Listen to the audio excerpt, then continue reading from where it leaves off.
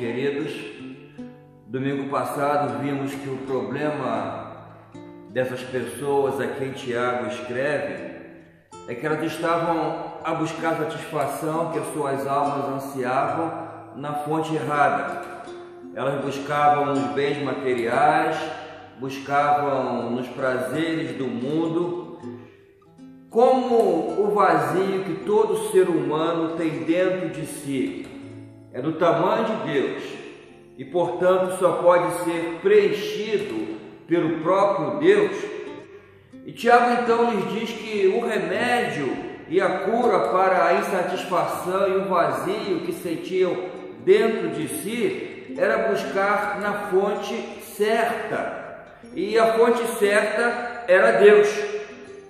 Nós fomos criados por Deus e para Deus, e por isso, quando Deus nos criou, Ele nos configurou de uma certa maneira que o ser humano só encontra satisfação real em Deus mesmo. Deus nos criou para ter conosco um relacionamento de amor e de amizade. Ele nos configurou dessa maneira que só encontramos satisfação nesse relacionamento. Depois de entenderem que a cura para a insatisfação de suas almas e a solução para o vazio do seu coração era que tivessem um profundo relacionamento de amor e de amizade com Deus, agora eles precisavam entender que a trajetória para esse relacionamento de amor, de amizade, começava por humilhar-se diante de Deus.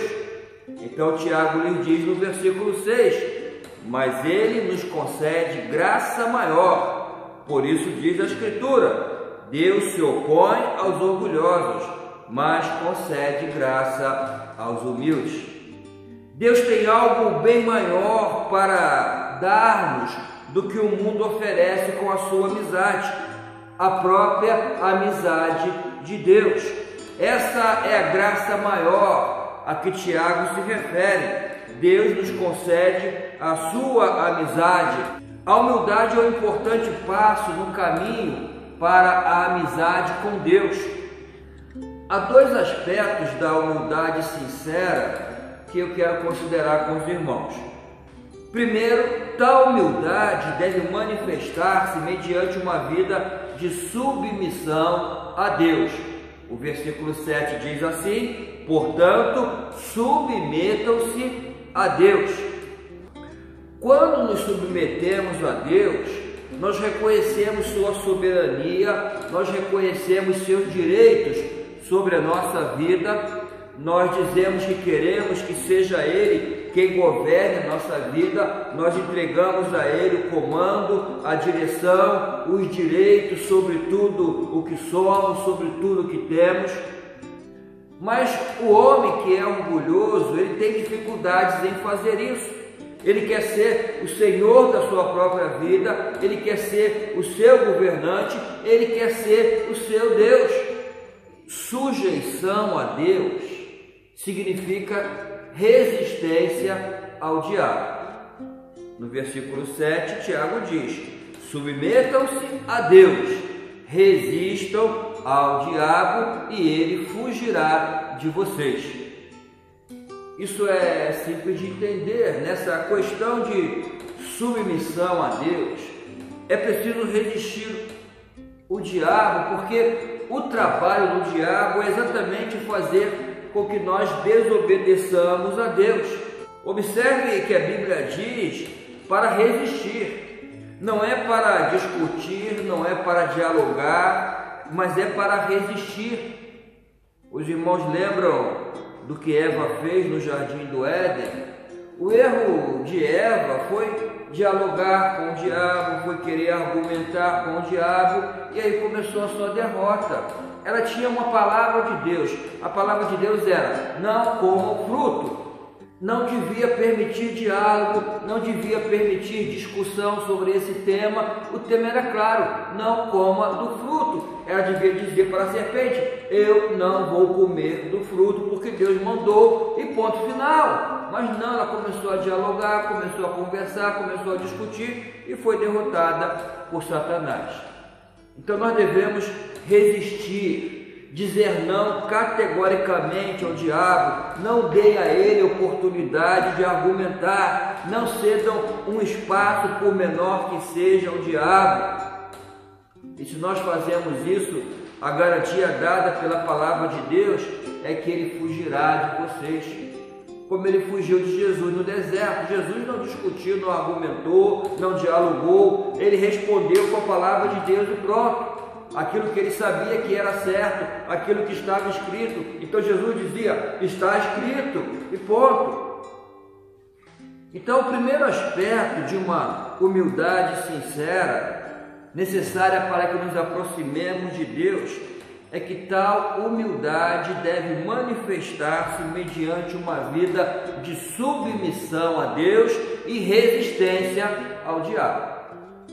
O segundo aspecto de uma humildade sincera é que o homem precisa humildemente reconhecer toda a sua indignidade e com o coração quebrantado aproximar-se do Senhor.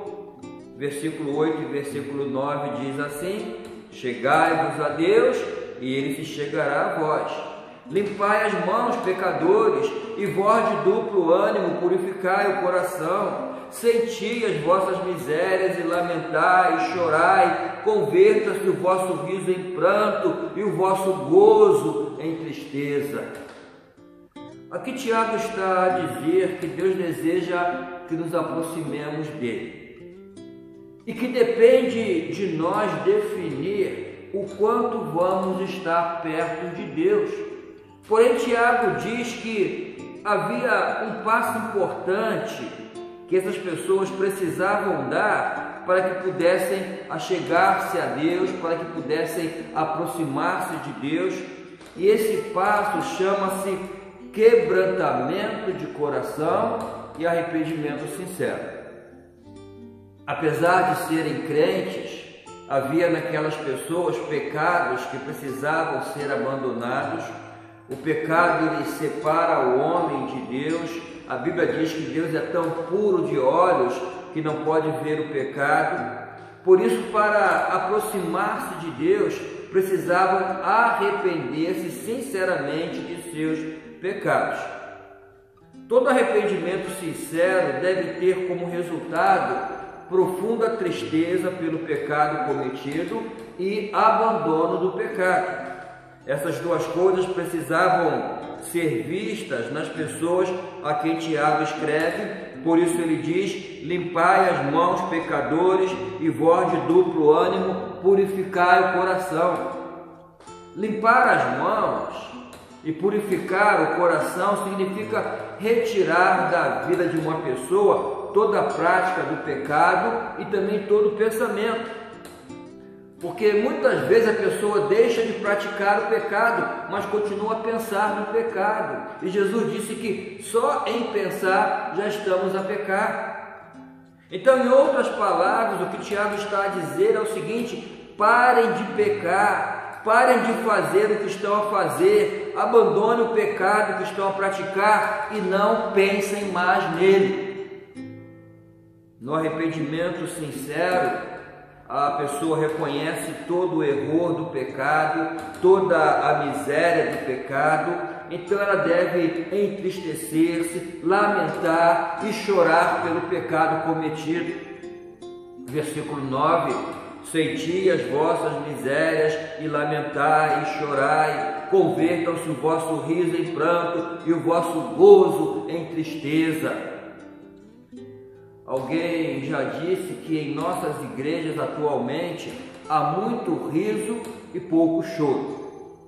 As pessoas precisam chorar mais pelos seus pecados. É certo que a alegria é o fruto do Espírito, mas quando o pecador é sensível ao pecado, o pecado arranca dele a alegria. Isso aconteceu com Davi depois que pecou, e Davi então orou e disse: Senhor, torna a dar-me a alegria da salvação. O pecado fez com que Davi perdesse a alegria. O pecado é algo horrível. Se nós entendêssemos, irmãos, o efeito do nosso pecado em Deus, nós choraríamos por cada pecado cometido.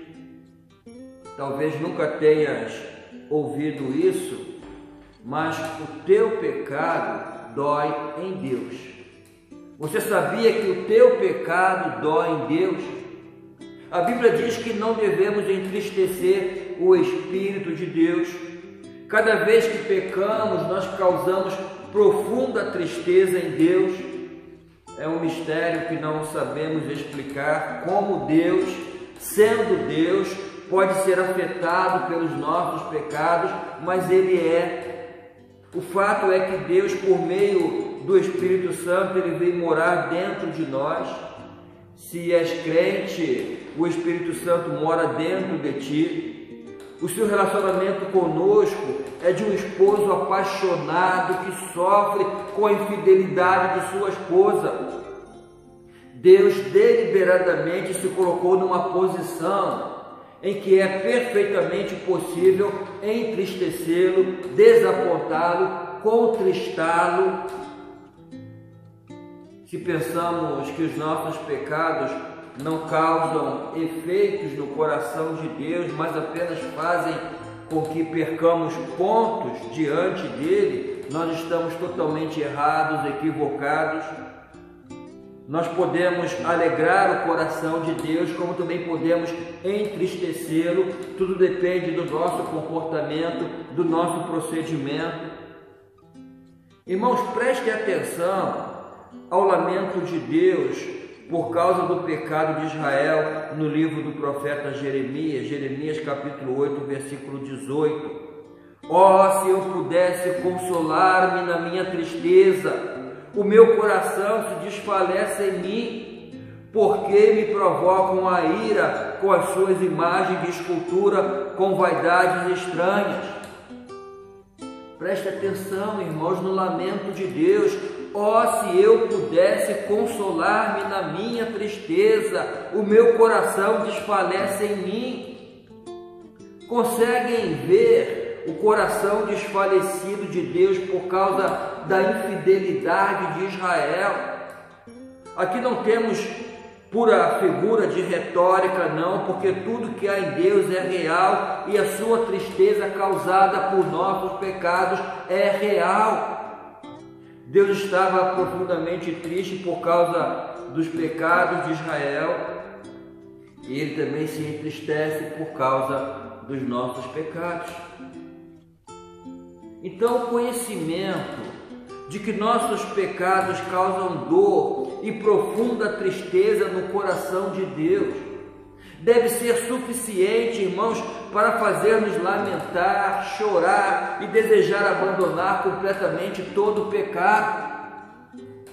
Devemos chorar como Pedro chorou depois de negar que conhecia Jesus.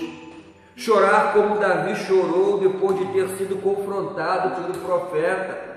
Chorar e clamar como Isaías clamou: ai de mim, pois estou perdido, porque sou um homem de lábios impuros.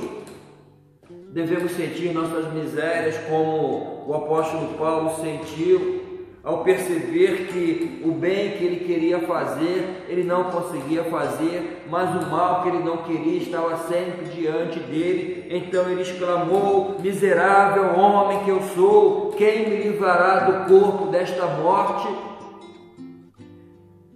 É uma lástima e é lamentável nem sempre sentirmos essa dor pelo pecado, dor que nos leve a chorar e a agonizar porque pecamos.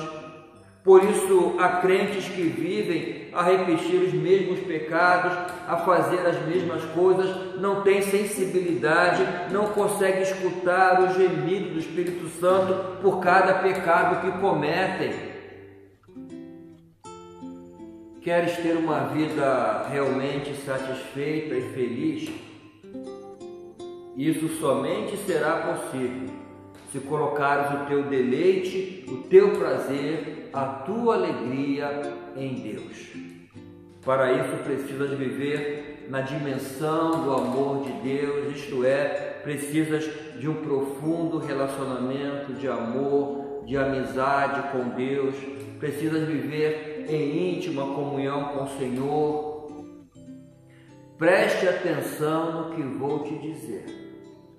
Nunca serás feliz com comportamento, procedimento e atitudes que entristecem o Espírito Santo de Deus. Pode parecer um contrassenso, mas nesse caso, o choro, o lamento são o caminho para uma vida mais plena e uma vida mais feliz. Olha o que Deus diz no versículo 10: humilhem-se diante do Senhor e Ele os exaltará. Podes imaginar o que significa isso? Ser exaltado por Deus, pelo Rei dos Reis, Senhor soberano do universo. O que significa ser exaltado por Deus? É viver no alto, é viver nas alturas, é viver em alto. Então, aproxima-te cada vez mais de Deus, que busque cada vez mais a comunhão com o Senhor e viva nas alturas, acima do pecado, acima das tuas derrotas, acima das aflições, acima das preocupações, acima dos problemas, acima de qualquer coisa que possa servir para roubar-te a paz, a alegria e a comunhão com o Senhor. Tenhas paz com Deus. Viva na dimensão do poder, do amor de Deus e permita que o próprio Deus te exalte. Humilhem-se diante do Senhor e Ele os exaltará. Esse é o caminho para ser exaltado por Deus.